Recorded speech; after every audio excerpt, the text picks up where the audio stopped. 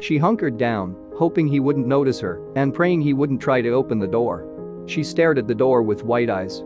She tried to protect her niece, who was hiding behind the toilet, by positioning herself in front of her. The next thing she knew, a warm and reassuring pressure was pressing against her leg. She couldn't remember what she'd stuffed into her pockets. Eugenia Berrigan lives in California with her daughter, Zoe. Eugenia is as protective of Zoe, age 4, as any mother would be. She rarely leaves her alone. But, like any other working mom, she can't always do this. Eugenia's heart sank when she heard she had to go out of town for a business meeting. Worse still, she couldn't bring Zoe with her. She needed an answer fast. Eugenia thought carefully about what she could do. She had no choice but to be a mother and work full-time. It wasn't easy, but she had to do it. But she had already taken time off when Zoe was sick, to the point where she was afraid she might lose her job if she skipped this important business meeting. She was faced with a challenging decision. Eugenia's mom tried to reassure her that Savannah had taken care of kids before, but she couldn't get rid of the sinking feeling in her stomach. After all, Eugenia was Savannah's sister, so she knew her well.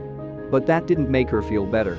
She didn't know that this simple choice would end up making a big difference in everyone's lives. Savannah Jones was given a big job, but she never thought that the unthinkable would happen. She thought that her older sister was giving her a chance to show that she was old enough to take care of her 4-year-old niece Zoe. But when they were at the family home, she was in a situation that most people couldn't handle. Soon, her worst fears would come true. Marie drove to Eugenia's house and dropped Savannah off, but as she was pulling out of the driveway, she couldn't get rid of an uneasy feeling. On the other side of the road, there was a car with its windows darkened. Even though she knew the area well, she couldn't help but worry. Still, she tried to ignore the little voice in her head and pay attention. She thought to herself that it was likely just a neighbor. But most of the time, a mother's instincts are right. While that was going on, Eugenia showed her younger sister where everything was. She gave her a list of numbers to call in case of an emergency and then kissed Zoe goodbye. But by the time her mom got that scary text message, no one was close enough to help. But it was already too late to go back. What happened. Eugenia left, but she didn't notice the strange car because she was too busy. What happened. Savannah was safe inside when she asked Zoe to show her toys. Zoe pulled them out of the toy box in the living room. Then they got close on the couch and watched a Disney movie. Surely nothing bad could happen in this quiet Montclair, California neighborhood. It was somewhere around 3:30. When someone knocked on the door, Savannah and Zoe were singing along to Frozen. She turned off the TV and went into the hall to see who was there. She hadn't heard from Eugenia in days, so she didn't know who could be at the door. Was her sister about to have a baby? But when she looked through the peephole, she saw that something was very wrong. A man stood at the door. He was wearing a hat, so Savannah couldn't see his face well, but she had a gut feeling that there was something wrong with him. He didn't look like a salesman, even though she didn't know him. And he was definitely not a government worker. So, what was he looking for? Savannah moved away from the door slowly and quietly, hoping that if she ignored him, he would leave. She was wrong, though. For a few minutes, the man kept knocking on the door. After that, he stopped. Savannah sighed with relief, but it didn't last long.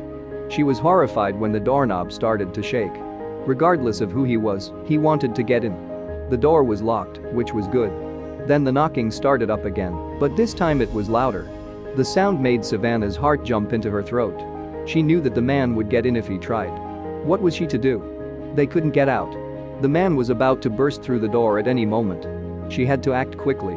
She grabbed Zoe and ran to the master bedroom, which was at the end of the hall. But would it be safe for the girls? Savannah looked around and did some math.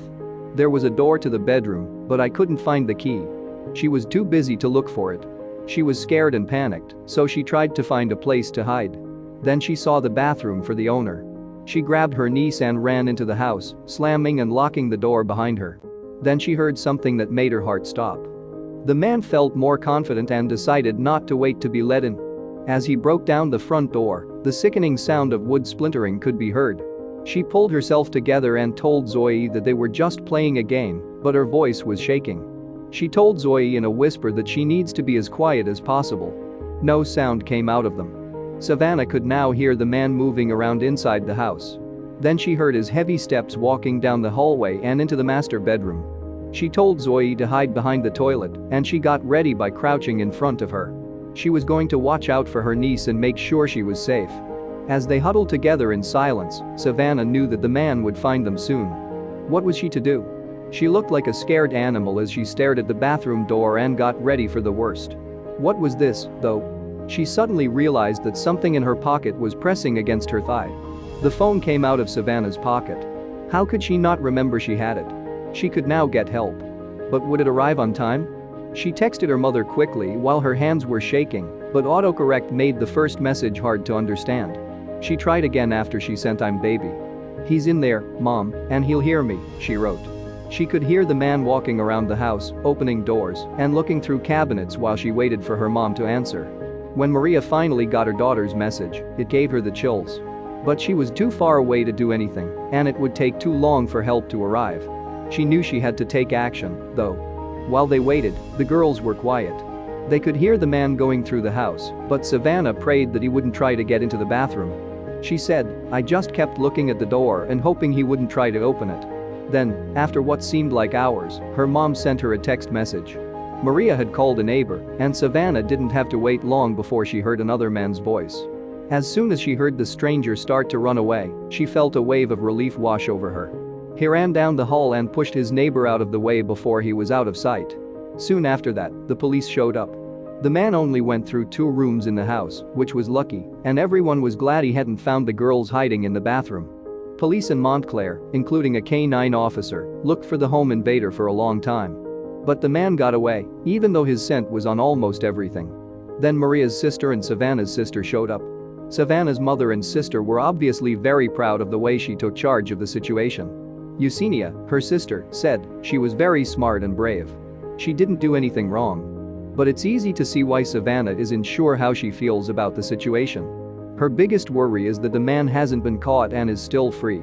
Savannah Jones and her family are still trying to figure out what went wrong that day. She says that she still feels many different things. She told a local news station, "Relief, and then knowing that he's still out there is, I don't know, scary." She told the police about the intruder, and the investigation is still going on. The police in the Montclair area are still looking for him, but they are sure he won't go back to the Jones house anytime soon. Savannah's story can teach any young babysitter who is left alone in a house a valuable lesson. Keep your phone with you at all times, don't talk to a home invader, and stay calm so you can figure out how to keep yourself and your charges safe.